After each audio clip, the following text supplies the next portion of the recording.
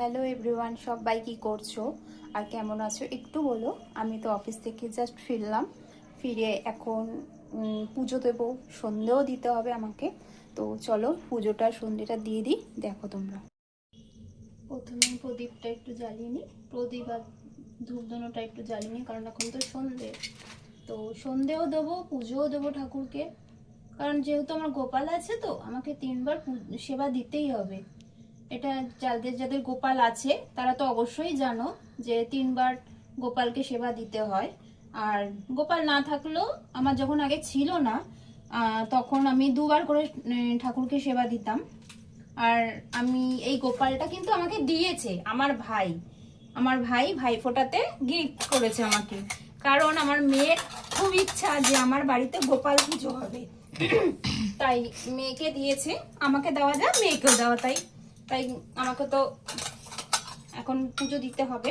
তো এখন পুজোটা দিয়ে নিই, ঠাকুরকে ভোগ দেব।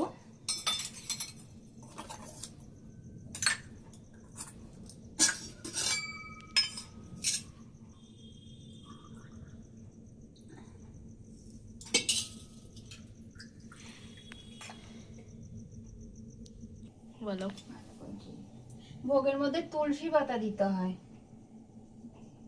ভোগে আর জলের মধ্যে, কারণ তুলসী পাতা না দিলে ঠাকুরের ভোগ হয় না কখনো। তাই তুলসী পাতা সব ঠাকুরকে নিবেদন করে দিলাম।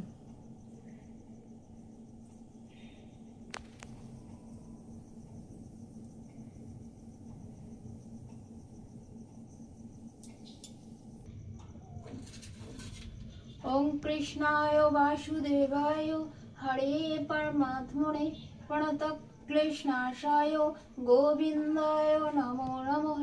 ওম কৃষ্ণায় বাসুদেবায় হরে পরমাত্মনে প্রণত ক্লেশনাশায় গোবিন্দায় নমো নমঃ।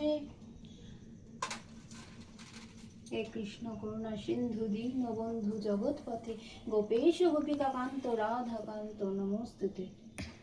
মা গঙ্গা গীতা সাবিত্রী সীতা সত্যা পতিব্রতা ব্রহ্মা বলি ব্রহ্মা বিদ্যাতি সন্ধ্যা মুক্তি ঘেনি অত্যাবতা চিদানন্দ ভূমগ্নি ভান্তি নাশিনী বেদেত্তরি পরমানন্দ তথাত্ম জ্ঞান মঞ্জুরি।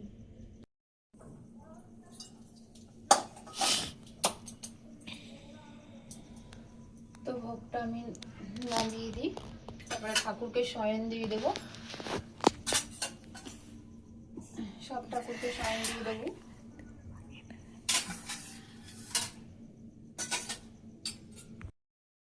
তো তো জামাটা আজকে খুলাবো না, জামা পরেই আজকে শয়ন দেবো ওকে।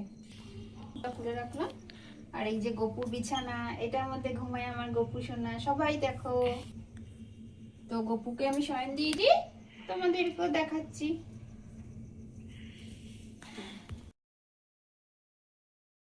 চাও বসিয়ে দিয়েছে, এখন চা খাবো আমি আর মেয়ে। মেয়ের আজকে পড়া নেই, তাই আমি আর মেয়ে এখন চা খাবো। খেয়ে তারপরে মেয়ে তো যেহেতু টিউশন নিয়ে মেয়ে ঘরেই পড়ছিল, আমি অফিস থেকে এসে দেখলাম। এখন আমি আর মেয়ে চা খেয়ে তারপরে মেয়ে পড়তে বসবে, আমি কাজ করব। দেখো কত সুন্দর করে আমার মেয়ে চা করতে পারে। তো তোমরা যদি কেউ খাও চলে আসো। তো চা নিয়ে মেয়ে চলে এসছে, তো এখন আমি আর আমার মেয়ে খাবো। দেখো আমার মেয়েকে, এটা আমার মেয়ে। Good evening guys. সবাইকে গুড ইভিনিং বলে দিল, তো সবাইকে আমিও গুড ইভিনিং বলে দিচ্ছি। তো তোমাদের কি চা খাওয়া হয়ে গেছে? আমাদের হয়েছে, অফিসে একবার খেয়েছি। তো মেয়ে আজকে যেহেতু বাড়িতে ছিল, তাই মেয়ে বললো মা তুমি কি চা খাবে, তাহলে আমি একটু করি। বললাম ঠিক আছে কর। তাই আমি আর মেয়ে একটু চা খেয়ে নিই। তো চলো।